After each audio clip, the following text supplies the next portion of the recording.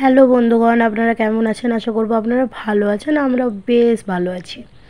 তো আমাদের সাথে একটা ঘটনা ঘটেছে, ক্রমশ প্রকাশ্য, সেটাই আমি শেয়ার করব আপনাদের সামনে এই ভিডিওতে।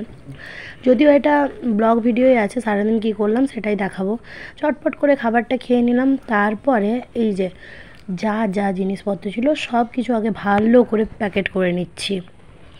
সব কিছু প্যাকেট করে নিয়েছি ভালো করে। তারপর অলরেডি টোটো ডেকে টোটোতে মালপত্রগুলো তুলে নিয়েছি, কারণ এই মেসটা আমরা ছেড়ে দেবো।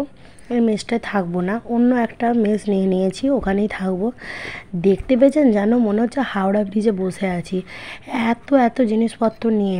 যদিও তিনজনেরই জিনিসপত্র আছে। তারপর ভাত টাত খেয়ে নিয়ে একটু আইস করছিলাম। এরপরের কাণ্ডটা দেখুন, অতিরিক্ত হাস্যকর।